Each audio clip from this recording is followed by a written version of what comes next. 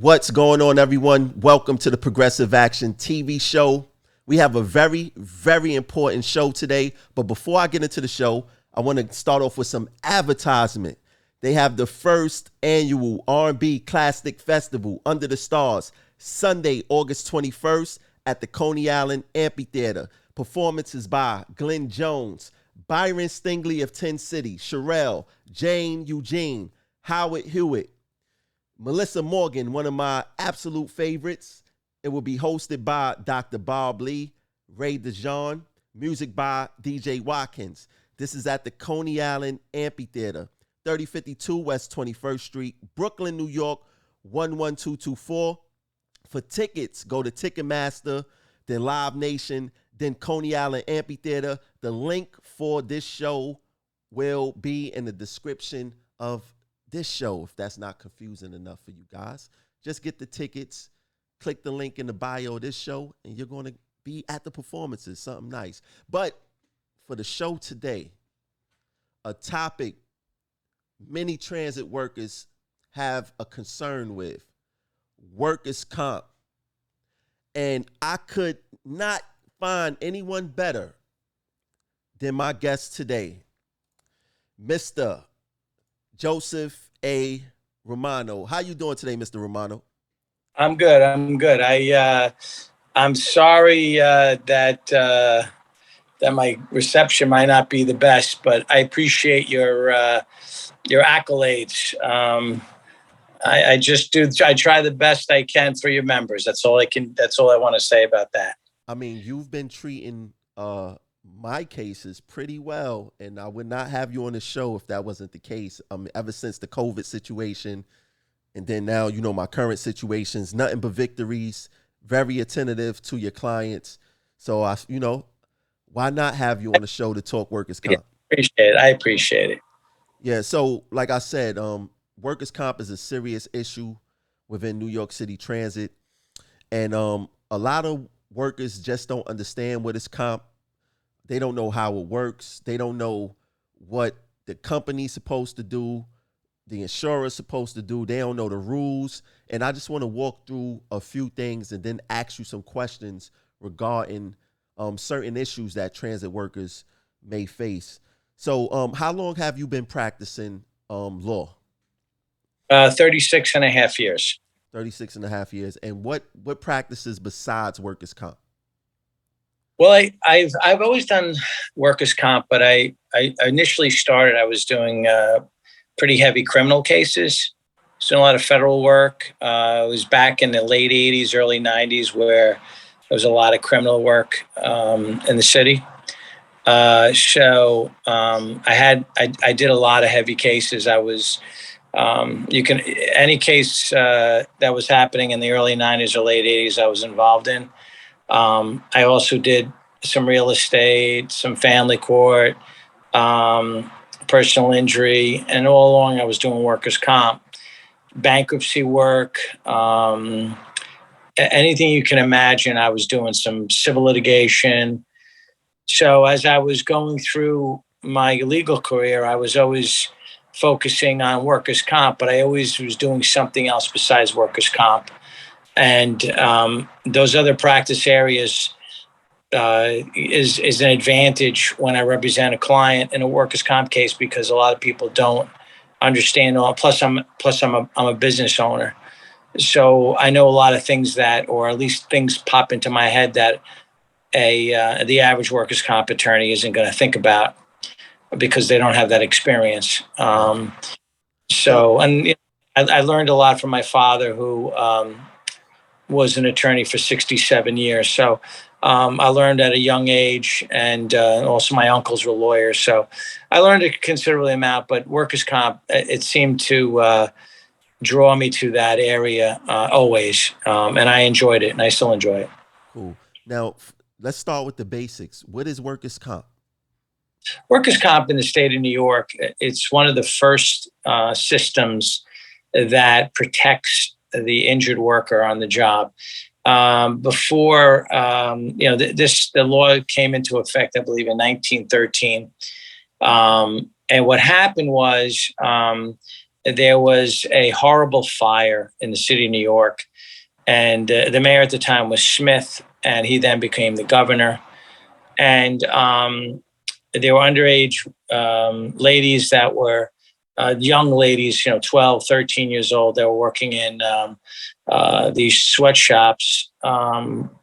Basically, they were, New York used to be the capital of, the garment district, and they used to make clothes.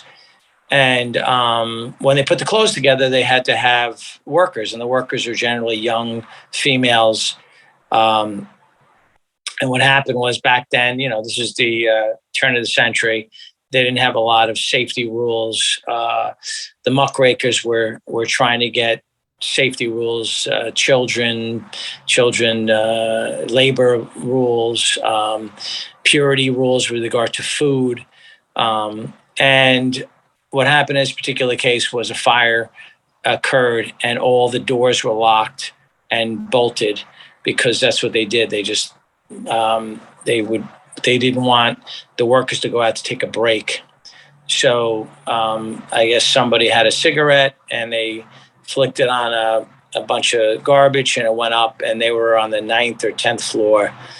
And these young girls, I'd have to call them, were burned alive, and some jumped to their deaths from 9 stories. So at the time, there was really no unions, and the way the groups got together was they protested in the streets, saying, if we don't have some type of justice with regard to this, or some remedy. So Governor Smith, now, who used to be the mayor of the city, pushed a piece of legislation which said that if you were injured injured on the job, you would get paid replacement wages during the week, for your weekly pay, as well as your medical would be taken care of. So, essentially, bringing up to date, if you're out of work, you should get 2/3 of your salary after 2 weeks, and your medical payment should be. The medical should be taken care of. So the medical bill should be taken care of. So that's essentially what workers' comp was to do: wage replacement and medical care. All right. So let's start with, let's say I go to work and I sprain my ankle. Now, I know that there's supposed to be things that's supposed to happen within 10 days, within 14 days, within 18 days, and things like that. So all those days. Yeah, all these rules and days, they don't follow them. The board doesn't follow them. They may penalize the employer 50 days for not making payments. They're supposed to make payments, within 2 weeks of an accident once it's reported, but it's never done. So it's not enforced by the state. Why However, is it not enforced? Why isn't it enforced? Yeah. I believe that it's a political issue. The governor's office is under tremendous pressure from lobbyists, and these lobbyists represents, say, Con Edison, or the city of New York, or the Transit Authority, or some other insurance companies, and they don't want these particular laws to be enforced. So the lobbyists come into Albany and put pressure on the governor's office, because really everything runs through the governor's office. It's not a state, even though it's a state assembly, state law, state Senate, everyone's up there in Albany. The governor, it's an administrative agency that's run by the governor of the state of New York. So the governor has complete authority over it. And anytime you put political pressure up there with regard to workers' compensation, it's all going through the governor's office. It doesn't go through the legislative part or legislative branch of the government. It all goes through the governor's office. Right. So you said within basically 2 weeks, people are supposed to receive a check, and they don't happen because the board themselves do not follow the rules. Now, I know that me being a transit worker, and a lot of transit workers can relate to this. Sometimes we go 2, 3, 4 months without a paycheck. How can something like that happen so egregious when the worker, it wasn't their fault that they got hurt, worker. That's why if it's their fault, the company will controvert it. Now, before I start jumping around, could you tell the people what does controvert mean when the authority, the MTA, controverts your case? Well, before you get there, the month delays is that what happens is, and I've had situations. I just recently had a case where a sprained ankle. It was a bus driver who sprained his ankle. And we're into this case 3 or 4 weeks, and I'm sending emails and I'm telling the board to what's called index the case, to push the case procedurally forward and put pressure on the employer, which is the transit authority. I finally got a little pressure, and at the very last moment, on the 23rd or 22nd or 23rd day, after all this paperwork, they controvert the case. So they wait to the very last minute, and controvert meaning they're denying your claim, and they're denying it.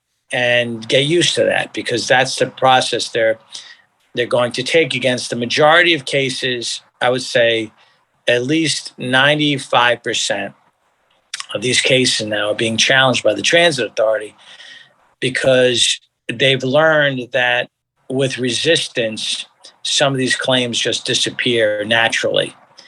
It's a statistical question that's really put forth. And what I mean by that is, years ago, there was motor vehicle accidents that were happening in the state of Florida, and Allstate and State Farm. It was called the South Miami Experiment. And State Farm and Allstate got the accountants together, and they say, statistically, if we deny every claim, even though they're legitimate, what will happen? And statistically, stats are an amazing thing. And if you do the statistics on it, it shows that there are many ways a claim will disappear. And one is the client doesn't go see his doctor enough times. The client just drops the case and gives a bunch of reasons why the client drops the case. Client has a new accident, gets divorced, moves away. They even go into, statistically, the claimant's attorney, what happens to him. He gets divorced, he gets disbarred, he dies, and they go the same thing with the doctors in the case. And so what they do is they looked at everything and they said, statistically, we can get rid of, if we fight every case. And then when you fight every case, it's not easy to proceed these cases. The lawyer only has so much time in a day. So they're burning up the client's attorney's time. So I can only handle, say, 500 cases. And that's all I could ever handle, because every case is litigated. The number of cases, if you're in federal court, the most an attorney can handle effectively is 75 cases. So if you have 75 cases that are being litigated, and that's all you have the time for, you can't help all these people that need help. So a lot of these cases also just disappear because you can't find an attorney to take the case because it's too small and it takes too much time to prosecute. So there are so many things that can go wrong in a case. And statistically, that's why Transit Authority has taken a position that they're going to challenge the bulk of the case that come through, even if they're legitimate.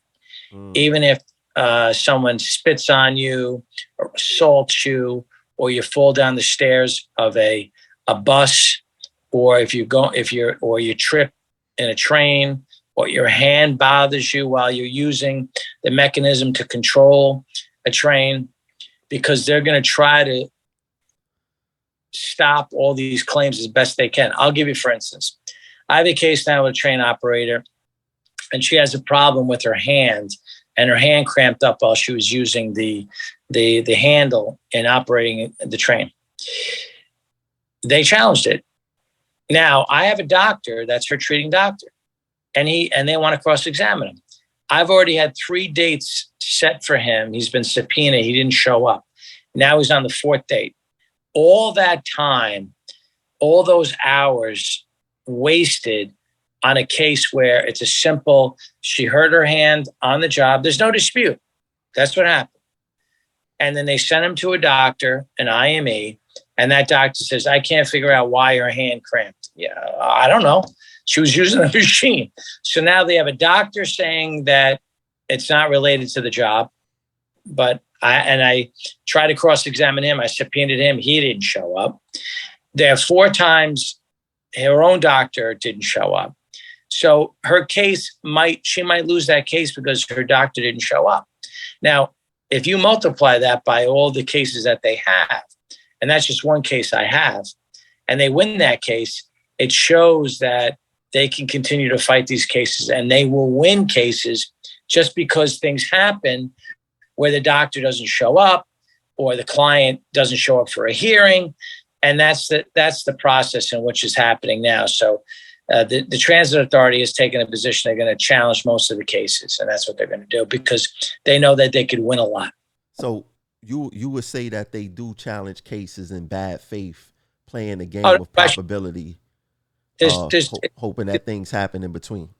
No, it's absolutely, that is their agenda, and they're not. By the way, they're not going to dispute that. Really? Because there's no bad faith in the state of New York. Oh, really? Got you. There's the law. Bad faith is a concept that if you're a carrier or you're an employer and you challenge a case and it's done in bad faith, you can get sanctioned and basically punitive damages, and you get penalized. And out in let's say the West and maybe California, I don't even know if in California, but definitely in the Southwest, I remember there were some cases where bad faith happened. And you'll have a case where, say you have an insurance company who the policy is $100,000 and they challenge the case, and the case is worth, say several millions of dollars. And they challenge, and then the verdict comes in for $5 million or whatever. And they go, well, we only have 100,000. That's all. Bye. No, the judge will say, listen, you tortured these people. Now you get tortured. You got to pay for the 5 million. So, but New York State is, and it's crazy, but New York State is the most pro-business state in the union. Mm. It promotes business. It all starts from Wall Street and goes up to the governor's office. They want pro-business. Has been that for over a century, maybe 2 centuries, because this is where, remember, the robber barons all came from New York. They technically, Pittsburgh, et cetera, but they all landed, you have Rockefellers, Carnegie, all these people, Getty, they're all have a New York presence, and they had tremendous political power. And New York has always been a very pro-business state, even though people don't really realize that, but that they are. Now, let me ask you a question. Normally in like average businesses, you will have the employer and then you will have the insurance carrier. Do you find it an issue being that the MTA is their own insurance carrier too? Well, being self-insured as the Transit Authority is, they don't have as many rules with regard to monitoring these claims. As an insurance company has to have a certain amount of money set aside per claim. Transit doesn't have to do that, and so it's more cost effective for these, like the Transit Authority, to run its own program than to have a carrier, because the carrier has to have reserves set. When you have a private carrier, they tend to resolve cases because they're really truly in the business of resolving comp claims, and they assess a premium to the employer, and the employer pays it, and they're to take that premium and they invest it in they have it, say, bond stocks, mutual funds, whatever they do with it. And they then take that money, investing it, and then it's like the float. They hold on to it until they have to pay a claim. There's certain costs in managing the claim, hiring defense, hiring paralegals or claims managers to monitor the cases, get the bills paid. So that's all built into the cost of insurance for the premium. What Transit does is they have their own people working on it, and the Transit Authority, less than say attentive at times of the claims handling process. I mean, I fight with Transit all the time, but they're nothing compared to the city of New York. So you're trying to say the city of New York is worse than transit? It's not even close. Wow. So, this happened to me one time. The MTA hiring investigators to follow you while you out on comp. How does that work? Well, the carrier's position is, or the self-insured employer, such as transit. Generally, they'll start an investigation on someone when they have some information. Someone's giving them a tip, or someone's calling up and saying, or there's something about the claim, or there's somebody that's needling them to say, listen, this person is doing something on the side. We don't believe this person. We think it's all made up. Generally, there's an outside force that's pushing that agenda. It's generally not, they don't generally set out to do an investigation like that or send investigators out. Self-insureds generally don't do that.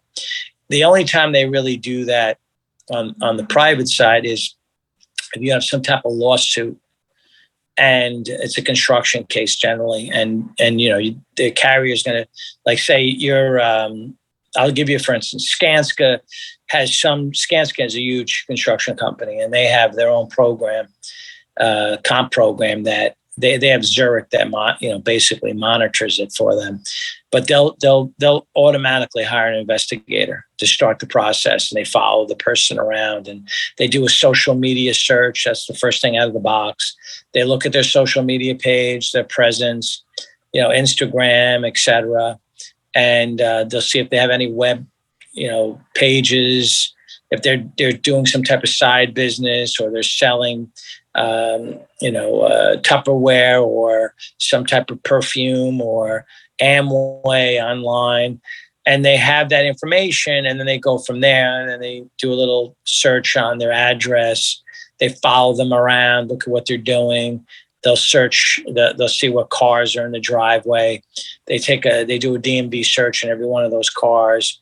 And, these are the kind of things they do. And they get a whole package. You can't imagine how much information is out there and the domain that investigators can have access to: judgments, arrest records, and they build a profile on you, and they follow you. And if they really want you, like, they try to gather. It depends.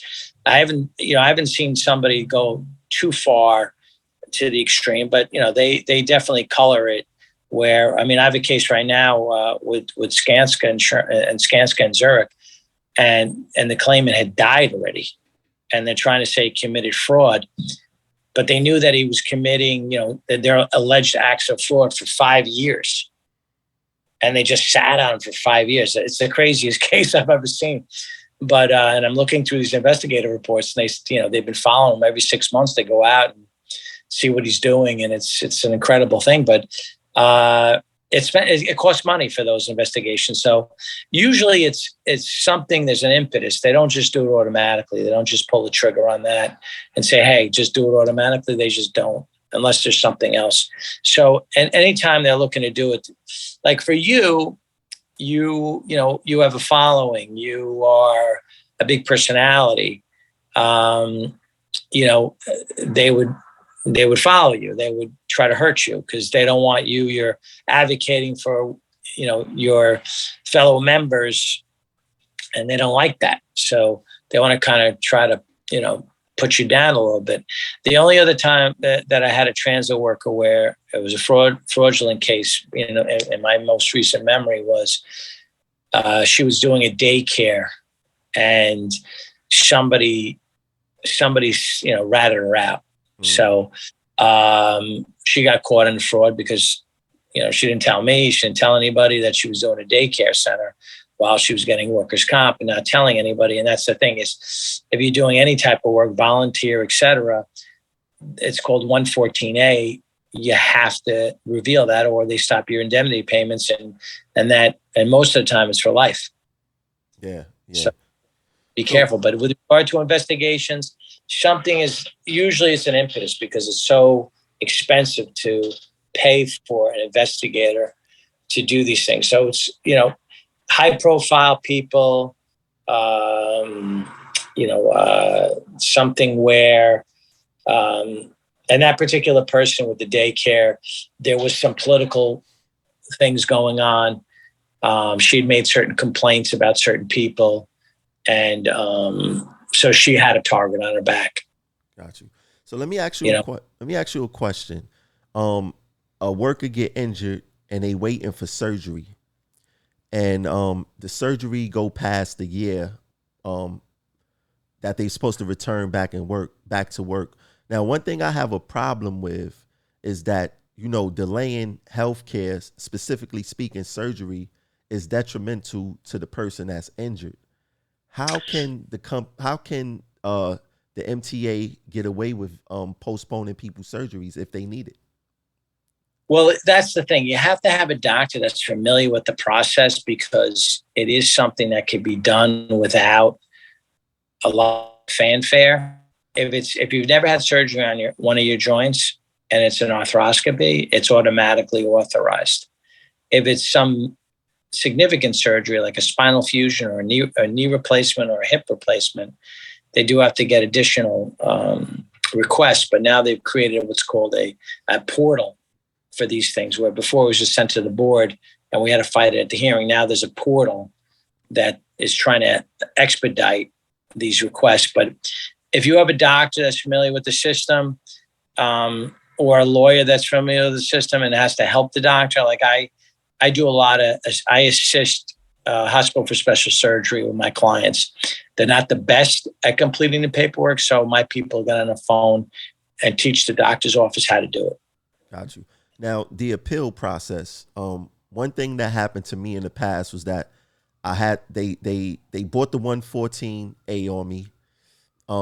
We had to set up another court date to fight against the 114A.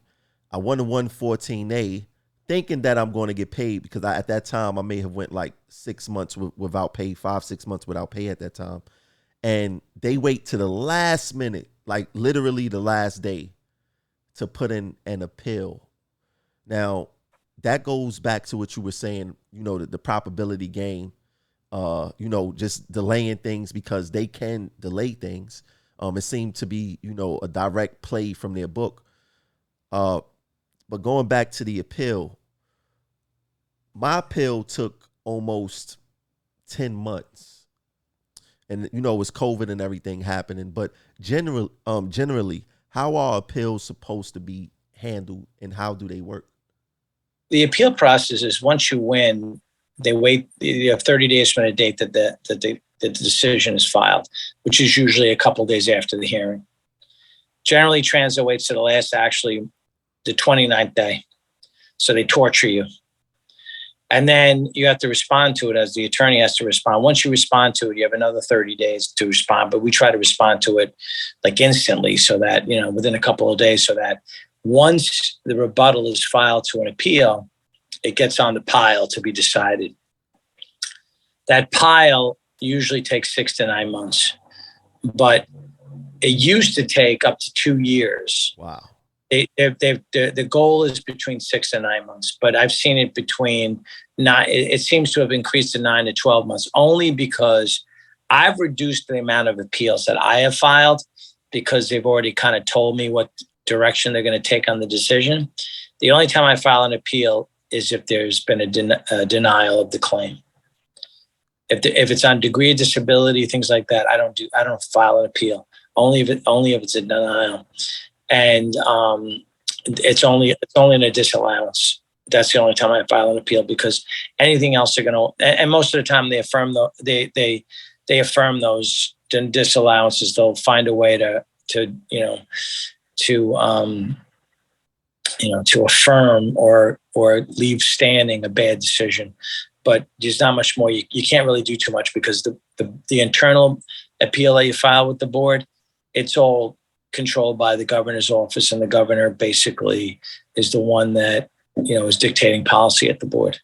So we had a political aspect of how they control what's going on at the board, and the MTA seemed to know that who controls the workers' comp situation. What is what can unions do to fight against this? Should they be lobbying politicians? Should they be lobbying Hochul? What should they do? Well, it's a difficult situation for unions. And the reason why I say it is as follows. There's just so many things you could battle. So for workers' comp, you need an advocate who is going to fight the fight.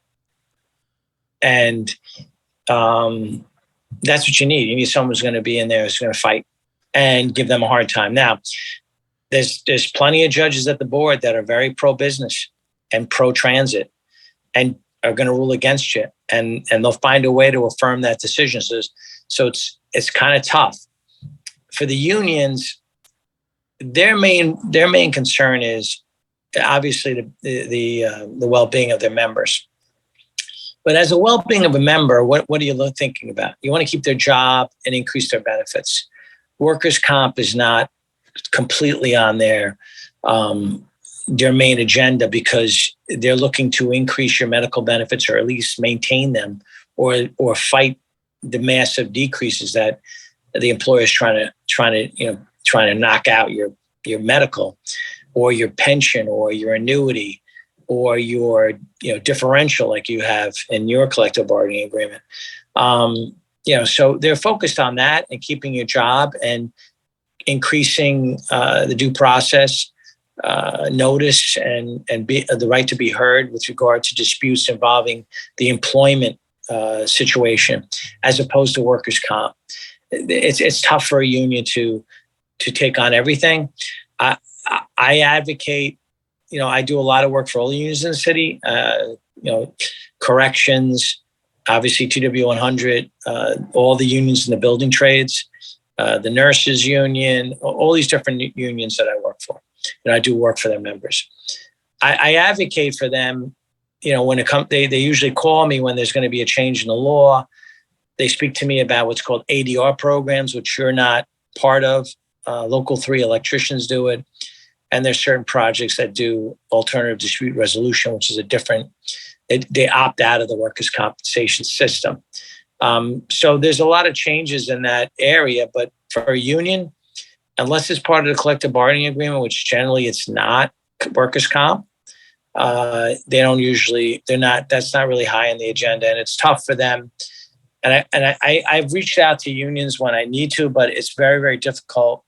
The last time they changed the law, which was like in 2007, the unions did play a part in that, but they were told about it, they were briefed about it, and it was discussed with them as to how it would change and how it would affect their members. But I don't believe, maybe the AFL-CIO was probably there trying to advocate for it, but I believe they're probably more worried about prevailing wages and getting state projects to hire union members and to help them in their collective bargaining agreements as opposed to workers' compensation. It's just very tough for unions to do that. I wouldn't, there's not a lot of time for a union to focus on workers' comp. I wouldn't put it on them. I mean, but something got to be done, where it seemed like the injured worker is being punished a few times by, the company, by the union, because the unions don't seem, for me, it don't seem like they have an answer to anything, that's going on regarding, the comp process. And I figured that, since it was political, the union should be able to get together and organize and, probably get someone to sponsor a bill regarding workers' comp so it could function better, because it's hard for me to understand. I go to the workers' comp website. You're supposed to be paid within 10 days. The insurance carrier is supposed to, make their claim within 14. And then we're supposed to know if it's controverted within 18 days. And that process is non-existent, at least at the Transit Authority. And it just seemed like we have no recourse, which I just don't understand. It's hard. All your points are completely valid. It's just that I think the process is just too much for, and you got to remember the other aspect of this, and the reason why you're saying, "Oh, I'm really frustrated with the system. Why isn't it working?" but that's also the agenda. They don't want it to work. They want it to collapse. And once it collapses on itself, they institute a new system, which obviously is even stronger for the employer. Gotcha. So there's also some of the things don't work because they don't work on purpose, because if they did work, it would put more pressure on the carriers and the employer, and they don't want that kind of pressure. So they're saying, listen, we'll try to say that the system doesn't work, and let's crash the system so we can create a new system. So it seemed like this is exactly what's going on. This seemed like exactly what at least the MTA is doing, wanting to crash it to make an even more restrictive version of workers' comp in the future. Yeah, listen, MTA is, which is unusual, and let me tell you why. I'm not sure why they're attacking every case the way they do. I don't think that, and, I'm doing this for 36 and a half years. Transit workers, in my mind, are very straightforward. They follow the rules. They know what the rules are. They're not playing any type of flim-flam Flanagan. And they're just doing, and, there's so many rules in place that they're just following them. And I don't see them not following them. And I don't see why they have to challenge them. And I'll give you, for instance, you take Skanska Construction. They challenge as many cases as they can. That's strictly money. It's strictly money. I'm going to challenge everyone because I have to fight with them. Transit is a public entity. It's not an entity that is there for profit. So, and if the members are following all the rules and regulations, and, listen, there's always going to be a bad apple here and there. But if you're following all the rules and regulations, you're doing your thing, you got video of the incident. And by the way, if they actually spent some of that money and got better video, how come the video in all these other states and countries, you could see it like, it's crystal clear as to something happens on a bus or a subway in all these other countries and other states, whereas in New York City, we can't tell who it is or what happened. How convenient that is. But I think that they're taking a position that they want to fight all these cases because they want to hurt the members for political gain for some other reason. In other words, this is a weakness in the armor. So there are certain things in the contract that they're not going to be able to get around. But this is an area where the transit authority is weak. I mean, that the transit, the TW100 isn't accustomed to this. So a bunch of years ago, maybe, I don't know, 15, 20 years ago, or maybe even longer, it could have been even maybe in the 90s. I'm getting too old here, but I used to represent all these bus cleaners and bus operators for a company in Westchester called Liberty Lines. And, I literally had fist fights with the management there at a comp. I got into fights, physical confrontations, because it was just unbelievable what they were trying to get away with these people, with their workers. And, so I was very, very aggressive, both as a lawyer and, physically, you could say. And, I couldn't do it now. They'd arrest me and I'd go to jail. But back then it was a little bit more, these guys were aggressive physically on my clients. So I got involved, and I'm a Yonkers guy and I grew up fist fighting. So a fist fight wasn't something that I was alien to, and I welcomed it. And so one of the bus drivers that was there saw me get into this fight in the early 90s. And there was 𝐏𝐿 I think was the vice president and at the time. And he brought me into the office and said, I heard you fight, because the members were upset that they didn't have someone who's willing to be a little bit of an aggressive person and fight for them.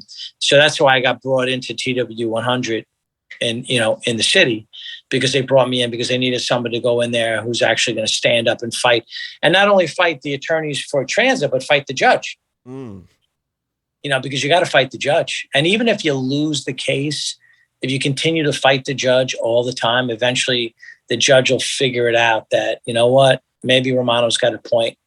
Maybe transit is taking advantage of these poor workers. And it's advocating with the strength and that desire, to help the injured worker. And it's that, that continuous fight.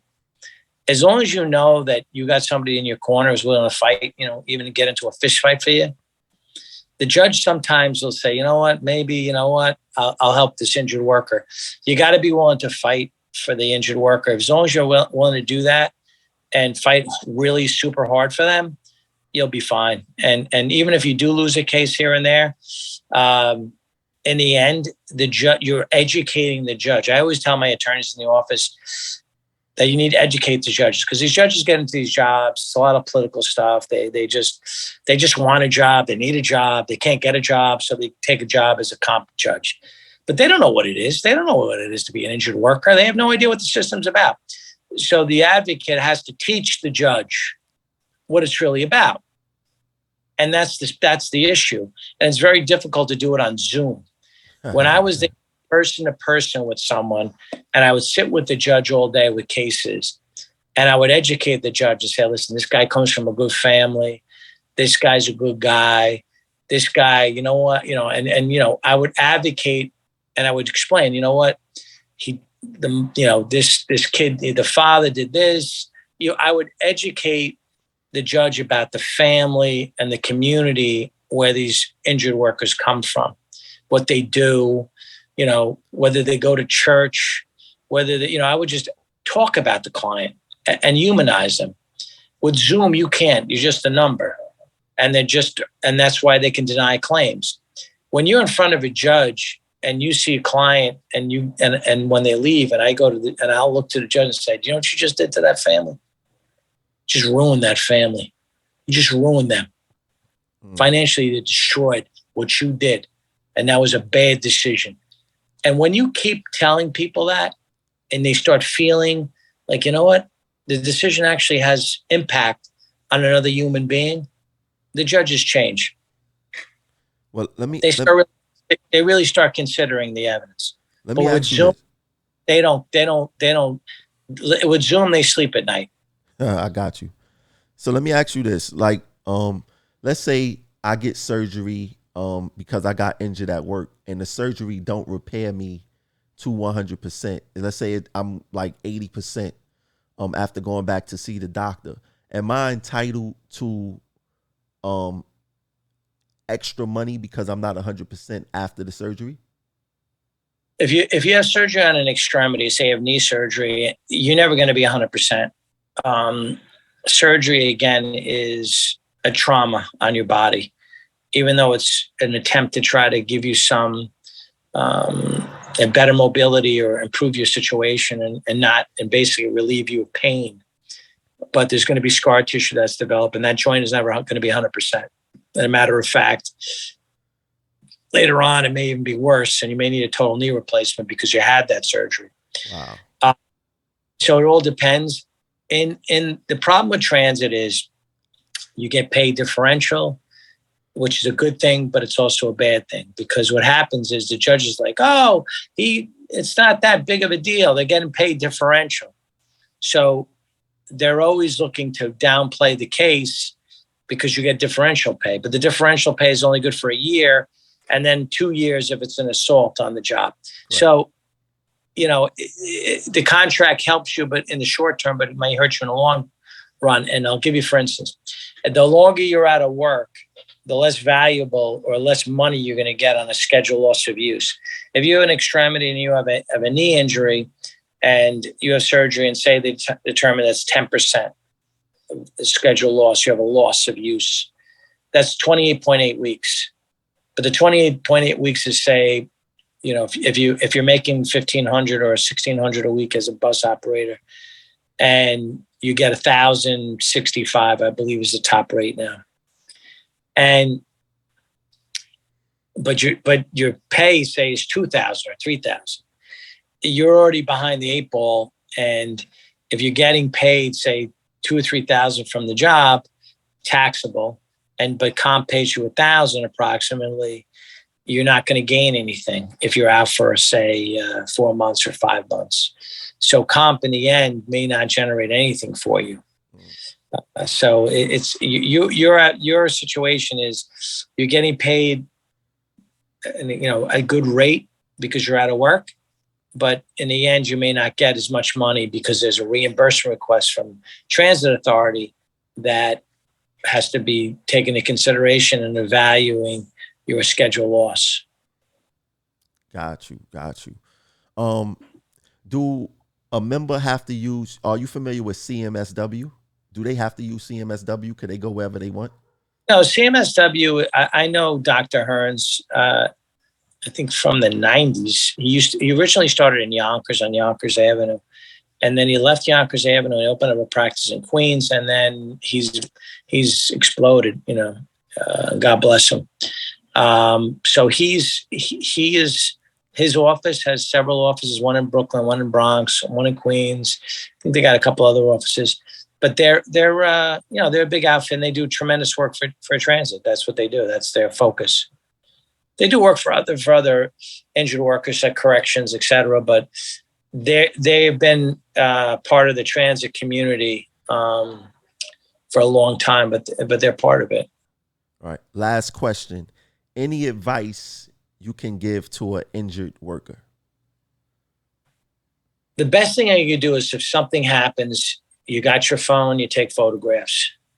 You do the best you can do to preserve evidence of how the accident happened and what happened to you.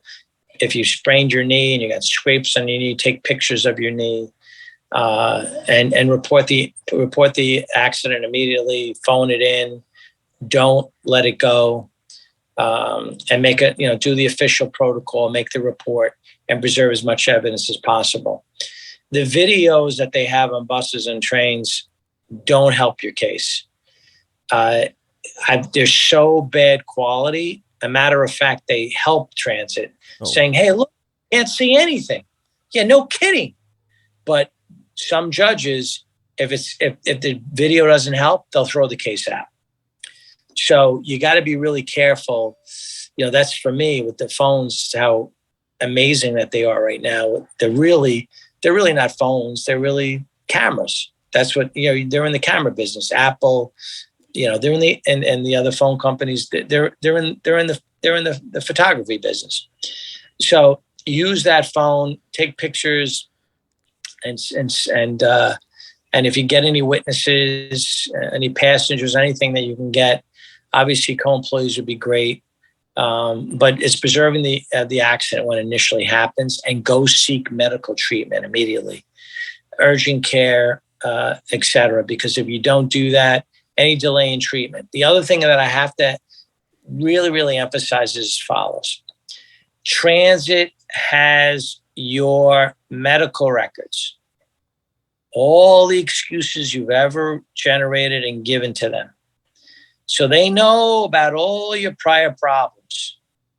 So you have to tell them, oh yeah, 3 years ago, my back bothered me because I lifted something at my house, but everything is fine. If you don't tell your doctor that you've had some problems in the past of your back, 114A and the case disappears.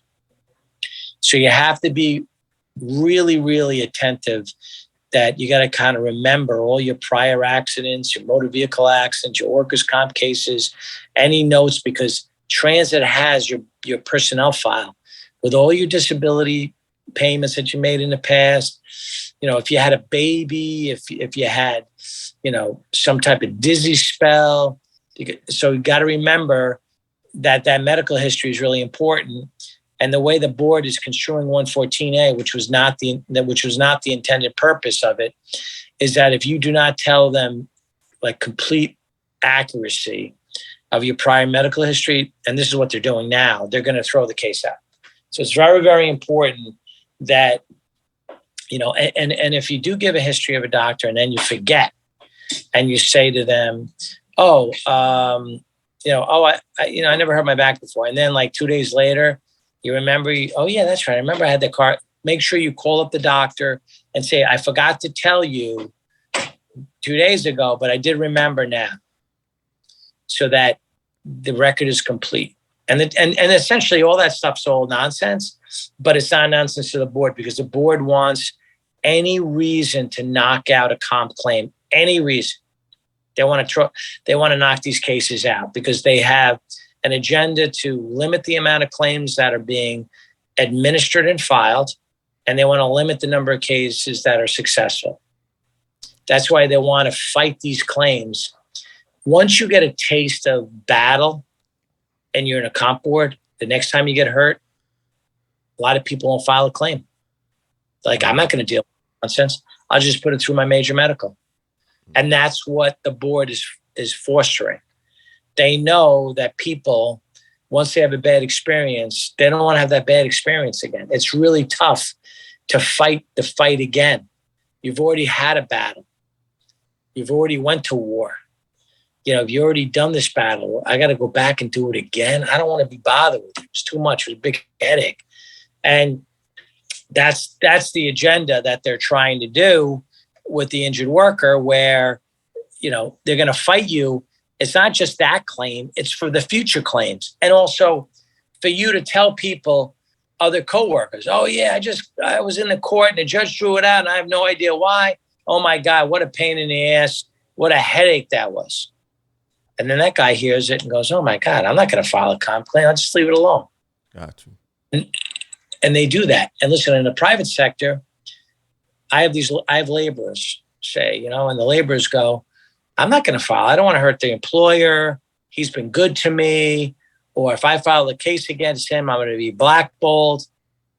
It's that thing that's there, even though these are rights that are given to you, they don't want you to exercise those rights. So, for me, when I see somebody, especially first-time people, that just preserve the evidence, take pictures of everything. Gotcha. Well, and something else came up to my head while you was talking. Is the judges on the workers' comp board treating spitting incidents different now? Well, it's not really. I would say this. Certain judges understand it. And I had a case where they brought a psychologist in, and they have one particular who's a hired gun. And he said spitting on someone is not really that significant. So I cross-examined him and I said, listen, when I was growing up in the 80s, when AIDS came around, if someone was spitting on you, you freaked out because you thought you would get AIDS. I said, with COVID and how deadly COVID can be, I would think it's even worse now with the anxiety if someone spits on you. And his response is, well, no, they have medicine. AIDS, by the way, if you got AIDS, no big deal. There's all this medication now. But this is what they're saying. The judge that I had that particular case with agreed with me and said how outrageous that position was. But if I'm the transit authority and I have my experts saying that, how would you have an expert saying that? That AIDS is no big deal. It's crazy. Like COVID's no big deal. Crazy.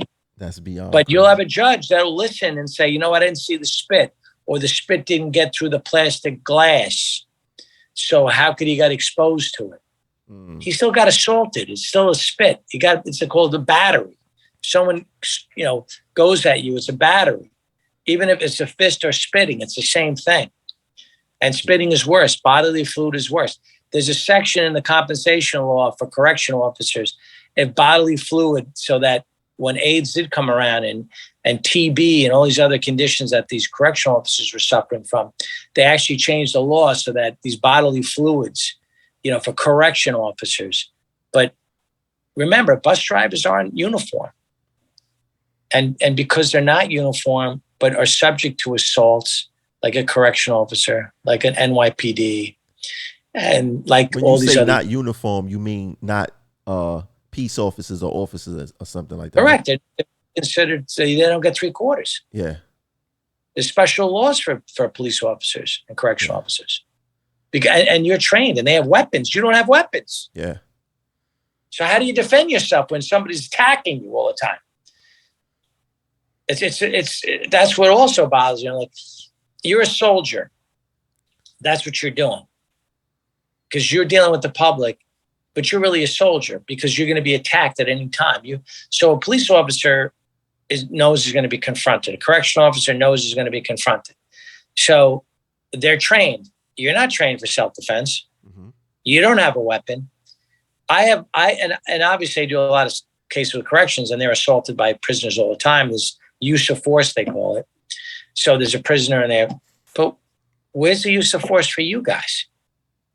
You should get how can we get that? We would need our union to put that into play, right?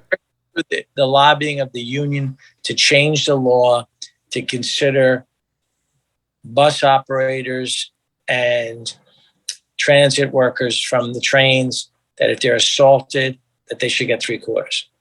There we go. Right. See, I thought you in the beginning, you had me thinking there was nothing that we could do, but you just gave us a solution, something to fight for. No, for the pension, I would do that. Yeah, there we go right there. We got something to fight for right there. To me is the way to do it, because remember, you're at a disadvantage. There's no weapon. You have no training. And the public, right now, it's unbelievable the assaults that are going on right now. And all those train operators where people are diving in front of the trains and killing themselves. The numbers are staggering. People don't realize how many people are jumping in front of trains or attacking the bus drivers and the train operators. But I'm hearing they denying train operators comp for when people jump in front of the train. Like I personally think that, when someone jumps in front of the train, they got to go see the body, and then the body be disfigured, dismembered more times than not, and they be denying claims for train operators for that. I don't get that. Yeah, I haven't had that yet. I haven't really had a situation like that. They may have denied it, but I haven't had a situation where I had to try a case, because that would be like for me, game over. I would just lose my mind on that one. Yeah, I think that's pretty crazy. But they're denying a lot of claims on the psych claims for sure, and the spitting claims for sure. Yeah, that's out of control. The falling down claims for sure. Well, Mr. Romano, I thank you for your time. I enjoy speaking to you all the time. You always hitting me with some type of knowledge about how things work. You're one of the most knowledgeable men in this game. Romano at law. Every time I get a chance, I hear somebody going through comp, call Romano right away. Call Romano, and I suggest for people to get a comp lawyer ASAP, because you never know the games that the MTA go play down the line, and it seems like they go play a game one way or the other. So I do suggest to get a lawyer right away. I do suggest Romano at law. So if you're hurt, Joe, can you please give them your office number? It's 914-965-1515. And then I have, 855-965-1515. That's the 800 number. Yes, that's the 800. And he's still taking COVID cases. That didn't disappear yet. COVID numbers going up. You could get comp for COVID. Let's be clear. Correct. Correct. Let's be COVID clear. was the initially New York City started denying, and they accepted them. Corrections accepted them. There was a little bit of a hiccup, but then they accepted them. Transit fought them. Transit was horrible. Yeah, I remember. I mean, I told you, I think that I was the first to do a COVID comp, because the union was telling me, oh, it's only for injuries. No, it's for injuries or illness. Just to be clear, injury or illness. Yeah, that was something that was really sad, that transit, they fought those cases initially, and that was just horrible, because you guys were, first responders in my mind, and you were on the front line. And I had cleaners that were cleaning out the ducts and the trains and the buses, and they were getting sick and they were passing away. And And I got transit, looking at me like, "What are you talking about? I don't know. I don't know what that happened. I don't know where that. They could have got it somewhere else." But then eventually they turned it around. I guess I'm not sure who put some pressure on them, but somebody did, and then they changed their policy. But you can still get COVID still is there, and it's still going to be there, and it's going to happen. You guys are first responders in my mind, so it's more acceptable. Some of the other cases that I've had, construction workers, they've been denying them lately. Some of the other healthcare workers, they've been denying them. But for transit, you guys have been, and now it seems that the board is accepting them and not giving you guys a hard time. Okay, that's good. So, Joe, like I said, once again, thank you. I really appreciate you. I appreciate your time, and I hope that I educated your members, and hopefully they can use the knowledge that I've given them to help their situation out. Sounds good. I'll speak to you behind the scenes, but I thank you a lot. Thank you very much. Thank you. All right. That was the good brother, Joe Romano. Good guy. You see, he took an hour of his time to spend with us and educate us.